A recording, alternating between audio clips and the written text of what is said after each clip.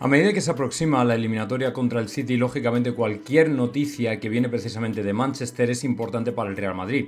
Y principalmente si estamos hablando de un jugador como Haaland, que lógicamente se supone que tiene que ser uno de los más determinantes en esta eliminatoria, aunque la verdad es que por el marchamo que llevan las cosas no tengo yo tan claro que el jugador al final vaya a ser el jugador que mucha gente espera. Y lógicamente Guardiola lo sabe y es lo que le faltaba, pero es que encima, además del tema de Haaland, tenemos el tema del calendario también, que no es menor. El tema del calendario es algo que Guardiola pues no puede asumir bien, no asimila bien, y más allá de ser un entrenador que como Ancelotti dice, mira, esto es el fútbol moderno, esto es lo que hay, pues Guardiola se queja amargamente de él, que por otra parte lo entiendo porque de hecho Mourinho en su momento también se quejó muchísimo del calendario, pero bueno, todo más o menos veíamos cómo estaba alineado. También es verdad que ahora, por ejemplo, le ha perjudicado claramente al City, teniendo en cuenta que hay ligas, por ejemplo la francesa, la portuguesa, que no juegan, cuyos equipos no juegan este fin de semana, pero bueno, más allá de eso vamos a entrar en detalle un poquito más adelante. Ahora lo que os quiero desvelar es la noticia de que Neymar va a jugar en otro equipo, se acaba su aventura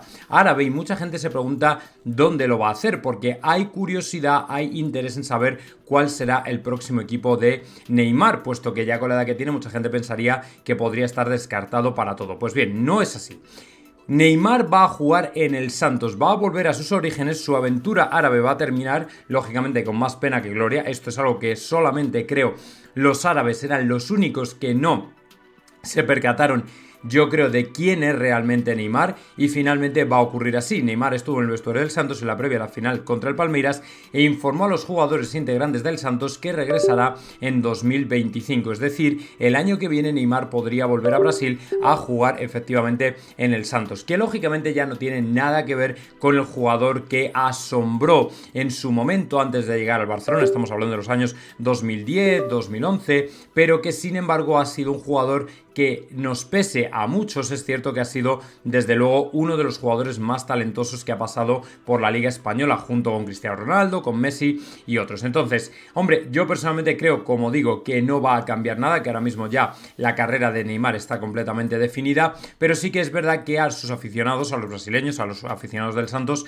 seguramente les hará ilusión, teniendo en cuenta de que al final es alguien que, en mi opinión, ha marcado toda una época, ha marcado toda una historia, y además en Brasil, con lo que quieren a sus jugadores, yo personalmente creo que esta noticia va a ser muy bien recibida y por eso quería compartirla con vosotros, porque al final una estrella de la talla de Neymar, desvelar cuándo o a qué equipo va a ir a jugar, creo que siempre es noticia, ¿no? Y por eso precisamente lo hemos comentado aquí. Así que bueno, pues no nos queda más que desearle la mejor de las suertes a Neymar. Yo creo que es un jugador con la carrera completamente terminada, pero a lo mejor para volver y regresar y hacer un momento nostálgico con el Santos, pues todavía le da, todavía tiene esa magia, ese arte. Eso es, por supuesto, no se va nunca, ¿vale? Y al final Neymar es un tío al que le va a quedar el talento por siempre, pero sí que es verdad que ya con la edad que tiene, pues evidentemente no tiene absolutamente nada que ver. Eso ya os lo digo yo también.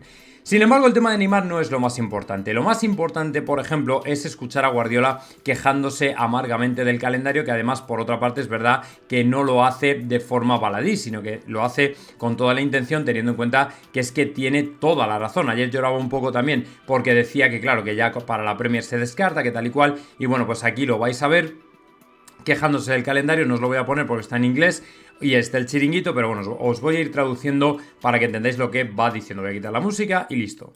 So we play Aston Villa 8-13, play 12:30. Jugamos con el Aston Villa el miércoles a las 8:15 y a las 12:30 el sábado ante el Crystal Palace. Dos partidos antes de la eliminatoria frente al Real Madrid con respecto al Real Madrid. Saturday, 12:30. And after you go to Madrid on Tuesday, Madrid have. Y entonces hay que ir a Madrid y el Madrid tiene 9 días para preparar el partido. Eso es, a ver, es una realidad. No, tampoco nos podemos poner la venda en los ojos, evidentemente. 9 days to prepare our game, 9 days. I play this weekend, until now game, no place. And I would like to think, oh, give me one more day, yeah, because one more day. Me gustaría pedir un día más, diferencia es muy grande, pero no hay opción. That the difference is a lot, but it's no chance. In France, don't play between the. En Francia es verdad que se va a suspender la Ligue 1 este fin de semana para que los equipos franceses puedan preparar bien sus partidos. The quarterfinals, PSG don't play between week, is out.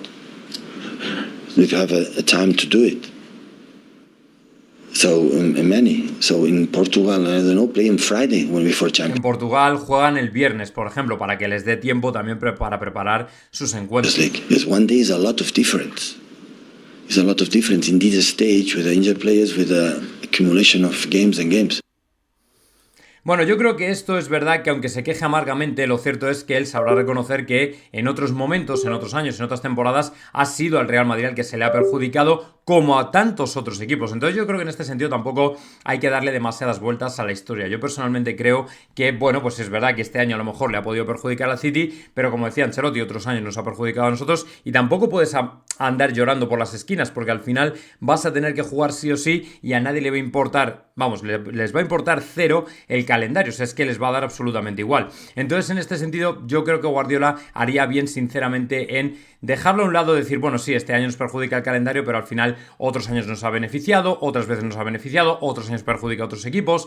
Y ya está, porque al final la imagen que da constantemente quejándose no es muy buena. Pasa un poco como con Xavi, cada vez, bueno, lo de Xavi ya es otro nivel, o sea, es otro mundo, porque ya ha llegado a quejarse de cosas que nos parecen tan inverosímiles a las que realmente no le damos crédito, que sin embargo lo que ha hecho es hacer perder en sí mismo credibilidad.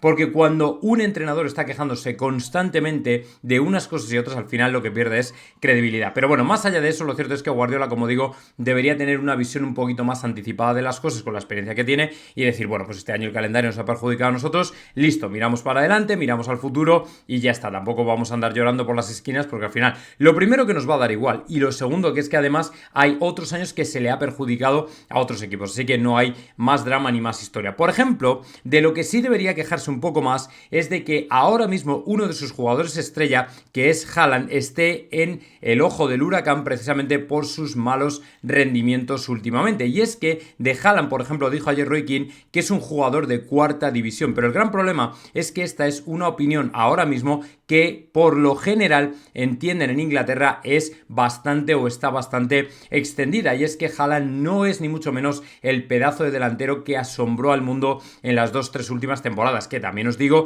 que por otro lado es ciertamente normal teniendo en cuenta que al final un jugador, un delantero que va con semejantes números tampoco puede mantenerlo en el tiempo toda la vida. Siempre tiene que haber alguna temporada pues que tenga algún tipo de bajón, que tenga algún tipo de problema, que de alguna manera no se le dé tan bien como en otros años. Esto es más que evidente y esto lo sabemos todos. Pero claro, en este sentido en Haaland llama mucho más la atención precisamente porque es un jugador que lo había hecho todo muy bien o prácticamente muy bien siempre, y ahora verle tan de bajón, tan con el vídeo por ejemplo del Rondo en el que parece que es súper torpe, que no termina de cuajar o de cuajar dentro de ese Rondo porque le da con mucha inseguridad, en fin, en definitiva son críticas que lógicamente a él le tienen que hacer daño y le tienen que afectar también. Entonces en este sentido yo creo que para Guardiola no es tanto el calendario como por ejemplo tener a un jugador como Erling Haaland, que en mi opinión está ahora mismo en el ojo del huracán. O sea, ahora mismo Erling Haaland creo que es uno de los grandes jugadores de Europa que está siendo de lo más criticado. Por ejemplo, a Mbappé le están dando muchos palos, pero no en lo futbolístico, sino en otras cosas que no atañen tanto a lo que ocurre en el terreno de juego, sino más bien a todo lo que hay fuera del terreno de juego. Luego os voy a explicar por qué.